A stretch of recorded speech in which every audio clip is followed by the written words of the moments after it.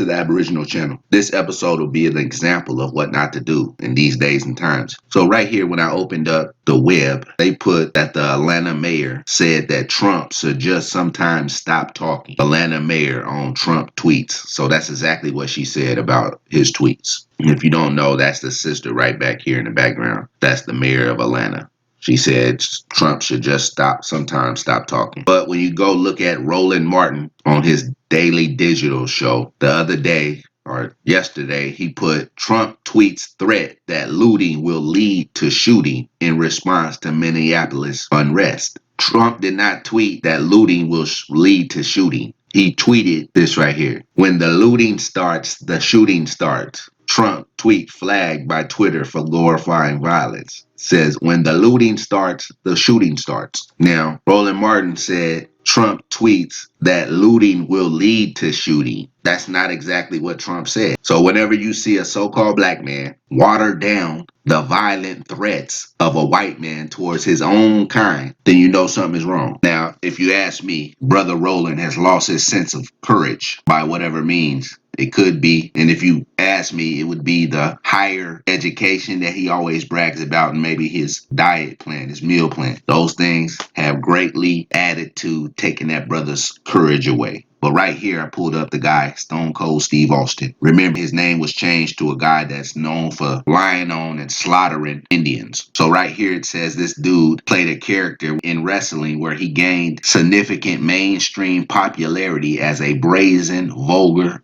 beer-drinking anti-hero. So what's an anti-hero? An anti-hero is a main character in a story who lacks conventional heroic qualities and attributes such as idealism and courage and morality. But courage. An anti-hero is one who lacks courage. Then when you go look in this old book, An Inquiry into the Distinctive Characteristics of the Aboriginal Race of America by Samuel G. Morton, it says right here that the Mongolians, which by a somewhat general consent is omitted to include the polar nations, and among them the Eskimo. Then right here it says the moral character of the Eskimo differs from that of the Indian, chiefly in the absence of courage. And then in another place in the books, it talks about how good the American Indian is on the ocean in a section called Maritime Enterprise. It talks about the Caucasian, the Mongoloid, the African Negro, and the Man of America. And it talks about how good they are on the ocean. But down here it says, far behind all these is the Man of America. Savage or civilized, the sea for him has had few charms, and his navigation has been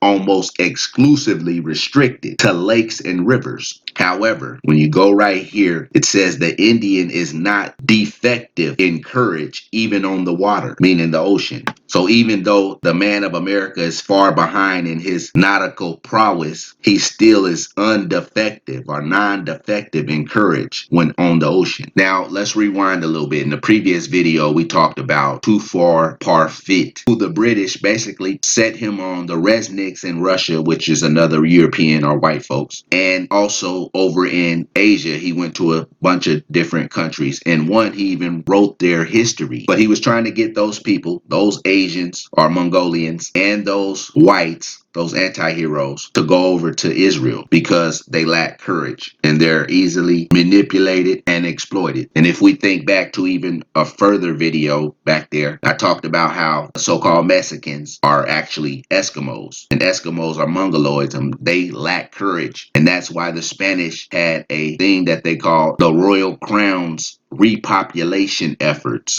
So basically, when Spain was in Santa Cruz, New Mexico in the late 1600s trying to repopulate the area, then in the 1900s with Tudor Parfait, the British repopulated the area of Israel and Palestine. So they mostly repopulated or redistributed people of the European and Asian race or Mongolian race. So-called blacks, on the other hand, are connected to the soil, connected to the spiritual realm. So even when they they attempted to be repopulated or redistributed, they made their way back home. There's many examples of that can be shown through the history text. And also when it comes to so-called blacks, it was more of a colonization, a assimilation thing, a mind washing rather than a redistribution. I'll leave you with this one though. The people who are responsible for killing George Floyd are European and Asian, or Mongoloid. The people that are responsible for the ancient dispersion of the original Hebrew Israelites were Europeans and Asian. The people that currently claim our ancestors' identities and reap the benefits of those identities by way of land and a plethora of rights and privileges are Europeans and Mongoloids.